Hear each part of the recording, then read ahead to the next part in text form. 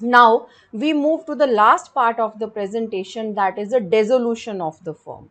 Dissolution means putting an end to the partnership between all the partners. That means closing down the firm as a whole is known as the dissolution of the firm. According to section 39, what is a dissolution? The dissolution of partnership between all the partners of the firm is called the dissolution of the firm. That means when there is a end of partnership between all the partners, there is no new partner, all the partners may have retired, or all the partners have adjudged insolvent, or in case of two partners one partner is dead, means in any case when there is no partnership between all the partners of the firm, we will say this the firm has got dissoluted. And at the time of the dissolution, the business of the firm would be stopped. The relation between all the partners of the firm would come to an end. Let's see the example. A, B, and C were partners in a firm. After some time, A died and the firm was closed. In this case, the firm is dissolved and the relation between partners has come to an end. The death of the partner automatically dissolves the firm unless there is a contract to contrary. Means in this case, if B and C has the contract to contrary, that means they want to continue with the firm, they could. But in absence of the contract, the firm would automatically get dissolved. Means there would be no partnership relationship between B and C too. Now how the partnership is being dissoluted, it there is a if there is a change of partners and not the extension of relationship, the firm as a whole is not closed down, the relation between some of the partners come to an end, or remaining partners continue to carry on the business of the firm. So in all the cases the partnership firm would be dissolved. So let's see the example. A, B, and C were partners in a firm. There was an agreement between them that the firm shall not be dissolved on the death or insolvency of the partner. There was a contract to contrary. After some time, A was declared as insolvent. In this case, firm as a whole is not dissolved. Only the partnership between A, B, and C is dissolved, because only A is being adjudged as insolvent. B and C can continue the firm as there was a contract between them, that the firm would not be dissolved on the death or insolvency of a partner. How the firm can be dissolved? That means there are various modes of dissolution of a firm. There are two types of modes. One is with the intervention of the court, second is without the intervention of the court.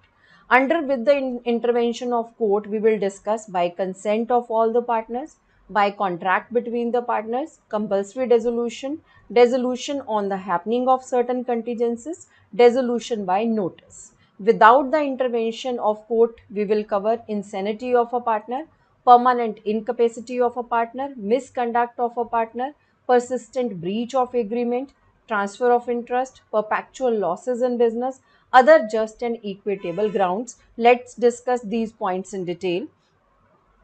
First, we will start with the intervention of the court. So, first under this is dissolution by consent of all the partners.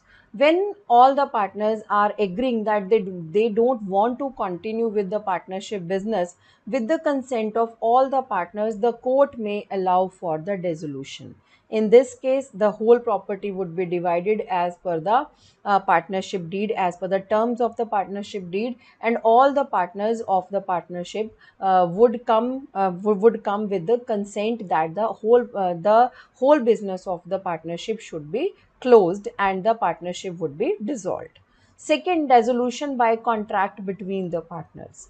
If there is some express contract between the partners, that means let's say after 2 years it would be over, or there is express contract between the partners that with the admission of the partner once the firm would be dissolved, or some any type of contract may be there between the partners, and with that with effect of that agreement the partnership firm would be dissolved. Third one is the compulsory dissolution. Let's suppose the all of the partners are being adjudged as insolvent by the court. So in that case, the firm would be compulsorily dissoluted, and the business of the firm has become unlawful due to any reason. If something happened and the business of the firm is now become unlawful, so in that case there would be compulsory dissolution of the partnership firm. Let's see the example.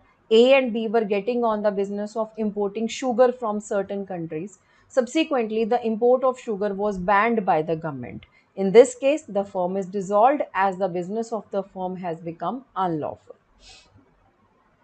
Dissolution on the happening of certain contingencies. Let's say some kind of certain emergency, certain contingencies has been arrived. So due to all those certain contingencies, the firm can be dissolved. In this, first one can be the expiry of fixed term. Let's say there was a contract to make a building, or there was a contract for 5 years to run a particular partnership business. With the over of the 5 years, with the over of term of 5 years, the partnership firm will automatically get dissolved. Or on completion of a adventure or undertaking, as I said, there was a contract between the partners uh, to make a building. Once the building is complete, the partnership firm would be dissolved. Let's see the example. A and B, two contractors, entered into a partnership for the construction of a bridge. The construction of bridge was completed within 6 months. In this case, the firm is dissolved on the completion of the bridge because the partnership was made for a particular adventure or for particular undertaking. Next, on the death of a partner. So it is by the law that when any partners get dead, the partnership firm automatically dissolves. In contract of contrary, they may continue. Insolvency of a partner. When any partner has got insolvent by the operation of the law, the existing firm of the partnership would get automatically dissolved. But there is an exception in case of death and insolvency both. They, if there is some contract to contrary, they may continue with the partnership. Next, dissolution by notice. If the firm wants to dissolve themselves, they may give a notice, but this is possible only when there is a when the partnership firm is at will. At will means where the duration of the firm is the uncertain. Means it is at the will of the partners till the time they want to continue with it, they can. And once they find it that they don't want to continue with the firm, they can skip with it.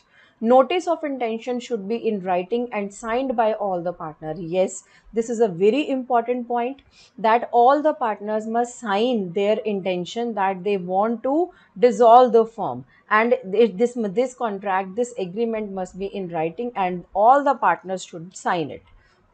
The notice should be clear and served up on all the partners, and the firm is dissolved from the date mentioned in the notice. So let's see the example. A and B were partners in a firm.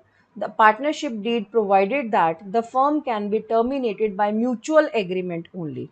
A gives a notice of dissolution to B. It was held that firm cannot be dissolved by the notice of dissolution as the firm is not at will. The mode of dissolution is given in the partnership deed. That means partnership deed has mentioned that the firm can only be terminated by the mutual agreement. Now in this example, only A wants to dissolve, so this is not the right mode of dissolution of the partnership firm, because here the notice would not serve the purpose. Now let's discuss the second category, that is a dissolution with the intervention of the court. When the court enters into the compulsory dissolution of the firm, one is the insanity of the partner. If any partner of the partnership firm has become insane, or the legal representative of the insane partner has filed the suit for the dissolution of the firm, so in that case the firm would be dissoluted. So in this case, the order of the court are the must. Once the court orders that because of the insanity of a partner, the partnership firm should be dissolved, it would be dissolved by the immediate effect. Second is permanent incapacity of a partner. due to some mental or physical illness. If some partner is unable to work with the partnership firm, the partnership firm can be dissolved. Let's see the example. A, B, and C were carrying on a motor spare parts business in partnership. Subsequently, A lost his eyes, both eyes, in an accident. In this case, the firm is not automatically dissolved. B or C may file a suit for the dissolution of the firm.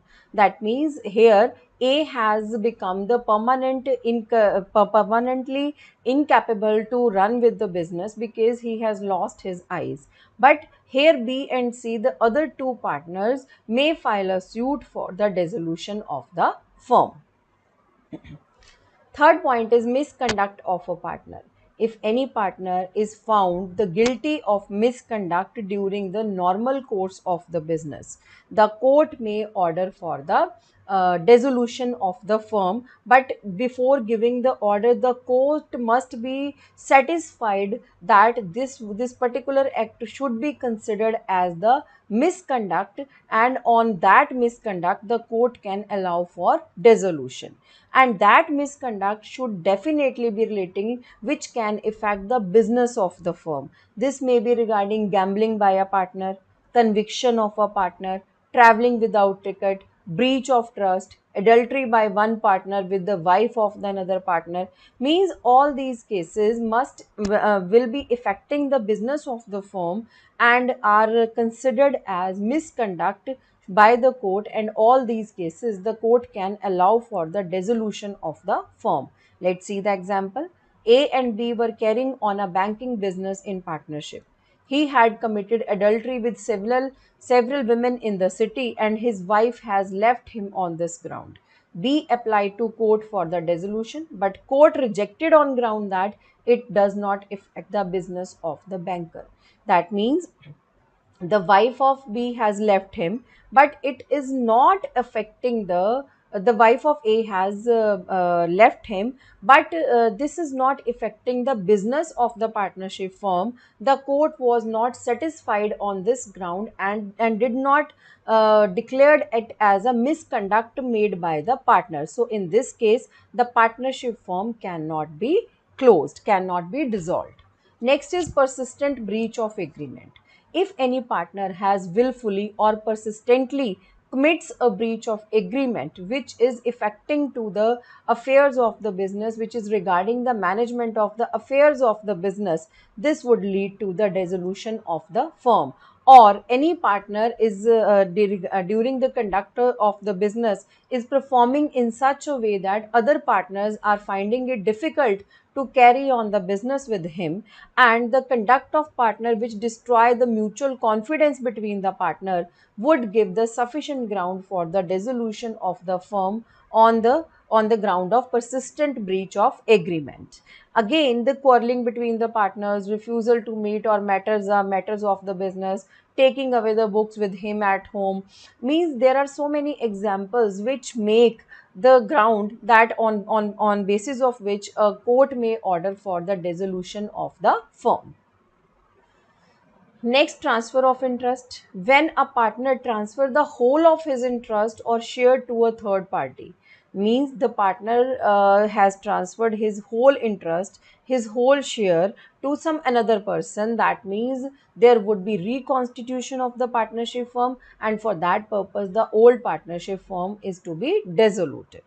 Next is perpetual losses in business, because every business is being run with the motive of earning the profits in a business. But once this motive is not being achieved, this objective is not being achieved, firm is continuously getting the losses. And in case of losses, this is not possible to run the business, then in that case, court may order for the dissolution of the firm. In this case, in case of losses, even the firm can be dissoluted before the expiry of the fixed period of partnership. Let's say कि if there was a contract between the partners to run the business for a fixed period of 2 years, and during the first year the firm is having the heavy losses, and it's not possible for the partners to run with that business for 2 years. That means even before the expiry of that fixed period of partnership, the court may order for the dissolution of the firm. So next, these were the modes of the dissolution. Next, let's read the consequences of dissolution of a firm. Once the firm is being dissoluted, what are the consequences? One, liabilities for the acts done after dissolution. Because at the dissolution, every firm has to give the public notice regarding the dissolution, and so after that public notice, no firm would be liable. But this principle will not applied in case of deceased partner or insolvent partner or a retiring dormant partner. In all these three cases, there is no need of giving the notice to the public that on these basis the firm is going to be dissoluted, and all in other cases without serving a public notice the firm would remain liable. Second, liability to account for personal profits earned after dissolution. If the firm after the dissolution of the firm, some profits are being some profits are being there, so that must be divided. All the partners have the liability for that that they should clearly distribute those profits. Rights of partner after dissolution of a firm. Rights to have business wound up after resolution means every partner has the right that it may realize the assets of the firm for payment of the debts and liabilities out of the funds raised by the realization of the assets. And in that case, every partner has right. He is entitled to have the property of the firm utilized in payments of its debts and liabilities. He is entitled to have the surplus, if left, to be distributed among all the partners according to the terms of the partnership deed. Right to have the premium returned on premature dissolution of a firm. If any partner had sum of money to hold partner as a premium on his admission, so that partner has a right to get it back. And if the firm is dissolved before the expiry of fixed period, new partner has the right to get that premium back. Next is right to restrain partners from the use of firm's name or firm's property. Once the firm is dissoluted, the partners cannot use the firm's name or firm's property in future transactions. Let's discuss the case of Rajendra K. Sharma versus Rajendra K. Sharma. The affairs of a firm were being wound up. One of its partners attempted to lease out firm's property to a third person without the consent of the other partners. The court restrained him from doing so as it has the instance of other partners too.